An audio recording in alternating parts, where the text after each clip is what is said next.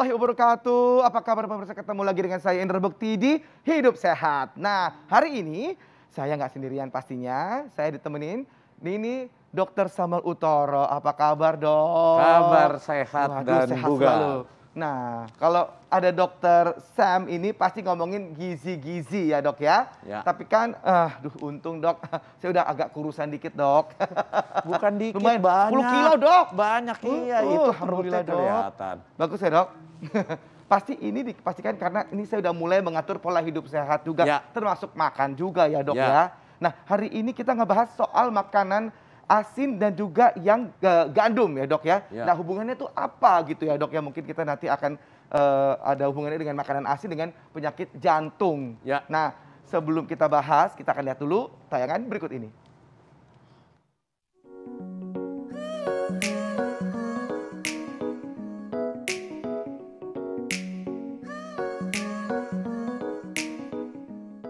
Pemirsa, sambil menikmati sajian khas hidup sehat yang syarat akan informasi kesehatan, Anda bisa menyambinya dengan sarapan atau ngemil sehat seperti buah atau jus juga sayuran. Bukan yang asin-asin dan gurih seperti snack kentang atau ciki-cikian, juga pizza yang rasanya dijamin lebih menggoda. Ya, asin adalah cita rasa yang paling digemari semua orang di dunia. Karena itulah banyak hidangan di berbagai negara selalu membubuhkan garam sebagai penyedapnya.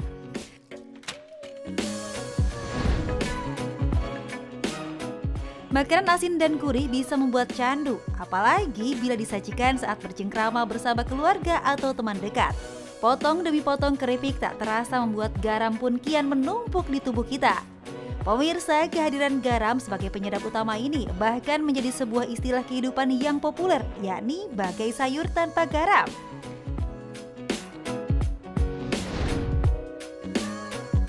Namun di balik manfaatnya sebagai penggugah selera, menambahkan garam pada makanan bisa menyebabkan masalah meski hanya sejumput saja.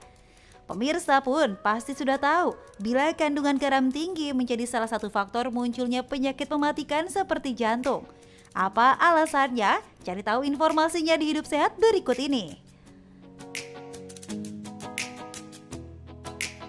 Nah, ya itu pemirsa saya, tadi itu adalah tayangan mengenai mungkin ada hubungannya tuh antara garam dengan penyakit jantung gitu. Nah, Dok, sebenarnya sebelum kita bahas fakta mitosnya nih, Dok, Ya. emang kenapa sih, Dok, garam ini sangat dengan badan ini selalu tidak boleh berlebihan gitu, Dok?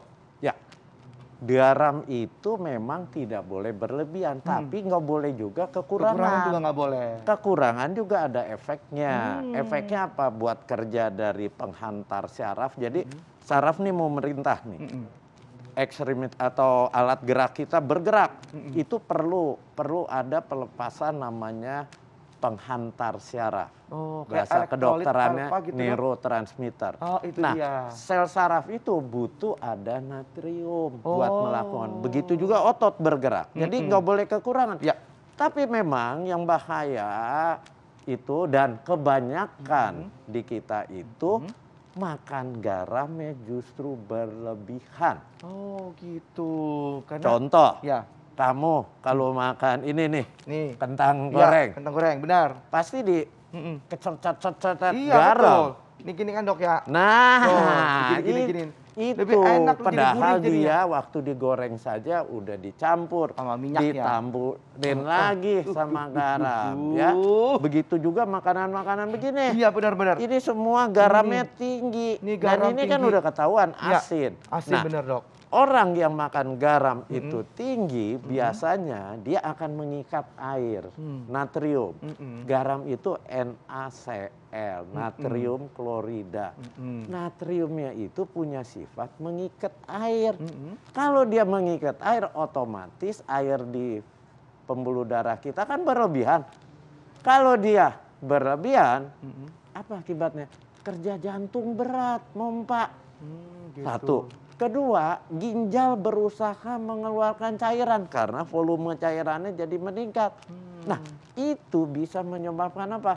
Tekanan darah tinggi. Oh, gitu. Tekanan darah tinggi, kelamaan, Iya. ujung-ujungnya gangguan jantung, pembuluh darah jantung bisa tersumbat, apalagi makan yang begini, gorengan, lemak jahat, dia akan mempermudah terjadinya sumbatan. Kenalah serangan jantung kalau sumbatnya di pembuluh darah jantung. Kalau di pembuluh darah otak, kenanya stroke. Oke dok, baik dok, ini kita masuk ke fakta mitos ya dok ya.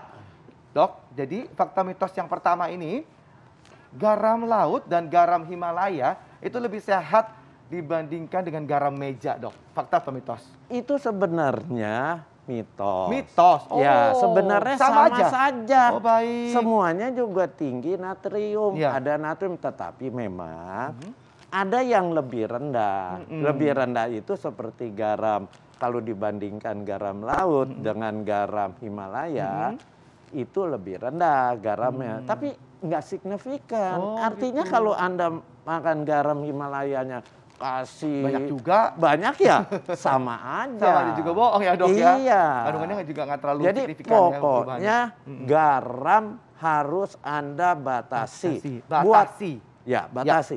Buat gampangnya, jangan punya kebiasaan makan yang asin. Oh, jangan kebiasaan makan asin ya. Asin. Ya, baik. Ada orang kan makan kalau rasanya nggak asin, tambahin atau cocol. Apalagi di restoran atau di hotel kalau breakfast di meja ada makannya garam, ada botol.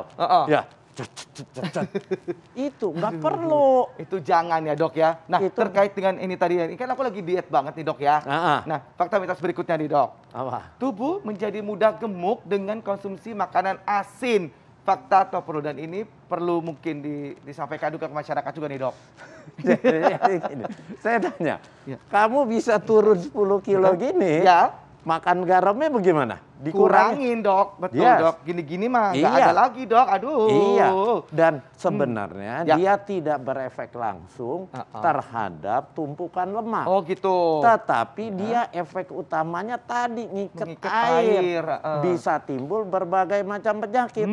Ditambah Anda kegemukan. Aduh. Kegemukan itu melepaskan zat yang merusak pembuluh darah. Jadi berarti fakta. Semakin parah. Jadi harusnya tidak. Ya, berarti fakta ya, tubuh menjadi kegemukan atau gemuk dengan konsumsi makanan asin.